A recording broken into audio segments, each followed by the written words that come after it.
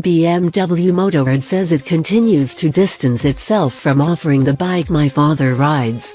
This statement perfectly lays the framework for its newest model in its heritage lineup, the 2017 BMW NineT Scrambler. Based on the standard NineT that was launched in 2013 in celebration of BMW's 90th anniversary, the minimalist-looking Scrambler caters to the younger crowd, especially the city dwellers, where styling and creating a custom scene supersedes everything. Look cool, feel cool. Here are 10 fast facts from our initial first ride. A more in-depth review will follow. 1. The 19-inch front wheel looks cool, steers slow, and costs less. Unlike the base NineT's 17-inch front wheel, the Scrambler arrives with a larger, 19-inch front wheel, purely for the aesthetics. The bigger wheel, and related longer 60-inch wheelbase versus 58.2 on the base NineT, slows handling down, especially at slower speeds. The base Scrambler's wheels are 5-spoke cast aluminum wheels over the base NineT's wire-spoked wheels, which helps pull the MSRP down to $13,000 from $15,095. Wire-spoked wheels, the same used on the R1200 GS, are available as a $500 factory option. 2. The air/oil-cooled Boxer is the same as base NineT. The air/water-cooled 1170cc flat twin engine is identical to the base NineT's, producing 110 horsepower at 7,750 RPM and 86 feet/pounds of torque at 6,000 RPM.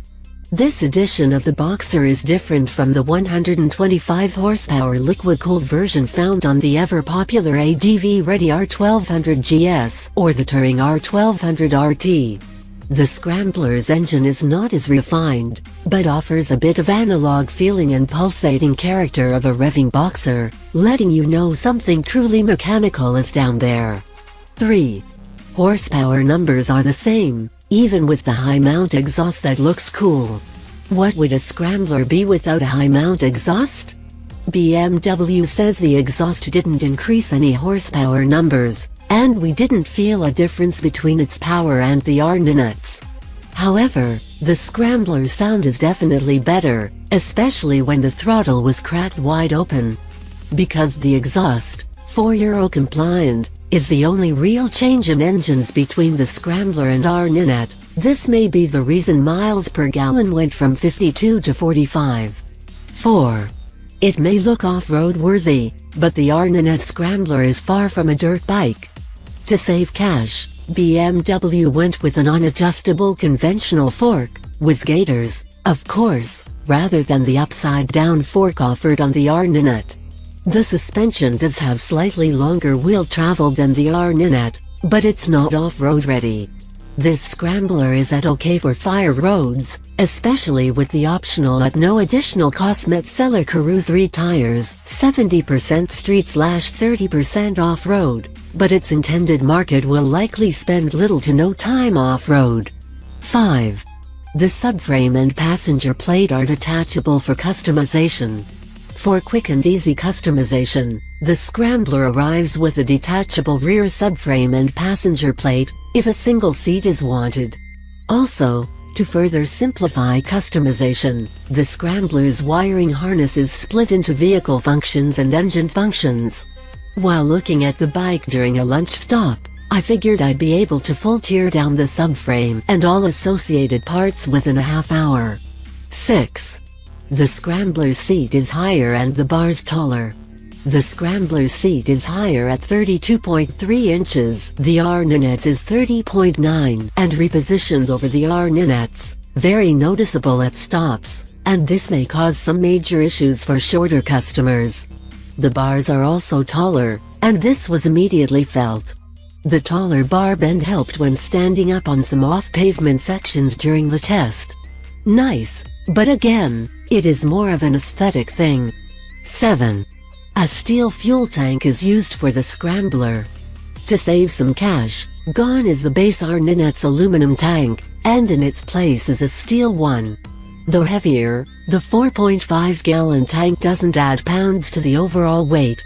At 485 pounds, the Scrambler is actually 4.5 pounds lighter than the base NineT. In regards to weight, the bikes feel the same, though, from low to high speeds. 8. The dash is spare.